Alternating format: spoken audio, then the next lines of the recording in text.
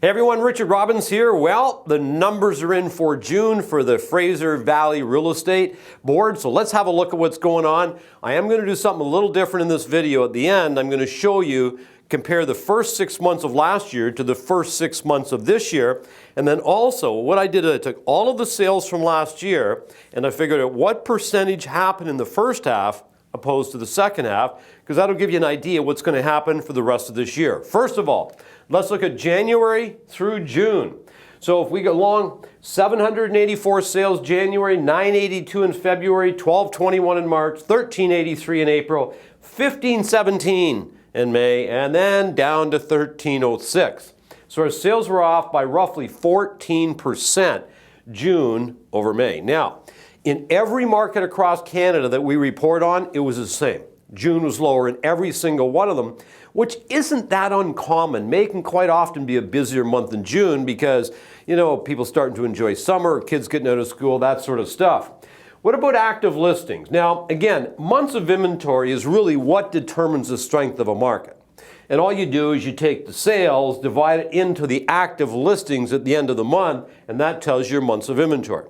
If we go along here, our inventory was roughly the same in May over what it was in June. However, our sales were substantially lower, which means our months of inventory has to go up. So look at January, months of inventory, 7.6, went to 6.5, went to 5.7, 5.7, 5.6. All good news right here, right? Inventory coming down, and then all of a sudden back up to 6.5. So we're back to where we were in February, lower than we were in January. If I look at sales, this was sales in June of 2018, 1,452. I look at 2019, 1,306. We are off by 10%. So our sales were 10% down from the same period last year. Now, here's your months of inventory graph for the last 2.5 years. So if I start here and look at 2017, we're sitting here just over 4. Obviously got down to about 2, then it started to creep up a little bit, and we ended at 2.8. Now what happened last year? We started here right around 3, just over 3, and of course we went up a little bit here in June. See, May was lower again, just like it was this year, and then it started to go up a little bit down here, and then it went up to 6.8 at the end of the year. We started here at over 7 this year. So we've been going down, flattened out, and it's gone up just a little bit right here. So you can see the difference and how weak your market has become because you're sitting right now in just more of a buyer's market, okay, to a balanced market, but it's definitely moving towards more of a buyer's market in the month of June. Now, property types might determine different markets. So in other words, what I mean by that is you might have geographical areas, small geographical areas that are doing better than others that have lower months of inventory than say other areas. Also, property type could make a difference. So you need to be studying that because it doesn't mean that everything is 6.5. It just means the whole real estate board is 6.5. First 6 months of last year, almost 9,200 sales. First 6 months of this year, almost 7,200 sales. You can see we're down by 21.6%. Again, a pretty substantial number. Obviously, the sales pie is much smaller this year. So look at this. If I take all of the sales from last year, and what I do is I figure what percentage happened in the first half opposed to the second half, you'll notice that 58% of all the sales took place in the first half of last year, and 42% in the second half. Now, this was common in every market across Canada because the first half is generally stronger. We've got a longer period of time. You have January through June, then it slows down in the summer. So we usually have 4 or 5 pretty good months, okay, in the first half of the year, but then we slow down again in the summer, and then we got, September, October, November, and then it starts to slow down in December.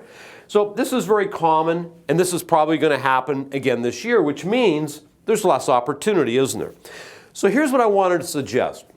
When I'm talking to our coaching clients right now, when I'm talking to our coaches, what I'm suggesting is that let's not cruise through the summer. Here's what I find is the habit of a lot of real estate sales professionals. You know, they come out early in the year, maybe in February, they get it going, right? They start making their phone calls, they start marketing, they start getting to work. And then they start getting busy.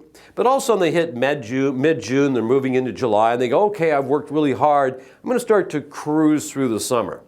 And personally, I think that's really, really dangerous. Now, I'm all for holidays.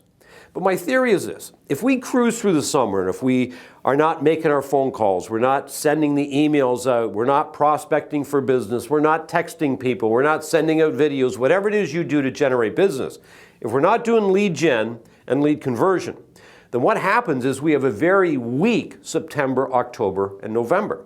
Because see, it's the work we're doing now that's going to determine what your fall is going to be like. So what a lot of people do is they go, well, I'm going to relax and I'm going to cruise through the summer, right? And they just do what they have to do, but nothing more.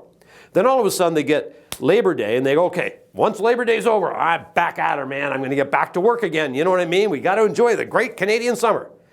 But the challenge is by the time you get back to work, it takes a while to get that flywheel going, doesn't it? And all of a sudden, September's not what you want it to be. October's not what you want it to be because you're getting the flywheel going. And then all of a sudden you start to get it going and, oh, now it's November, almost December, year's almost over. So all I'm suggesting to you is make sure that, you know, control what you can control. You can control how many calls you're going to make. You can control how many emails you're going to send. You can control how many texts you're going to send. You can control how many videos you're going to send. You can control how much prospecting. You control how much marketing. All of these things are 100% within your control.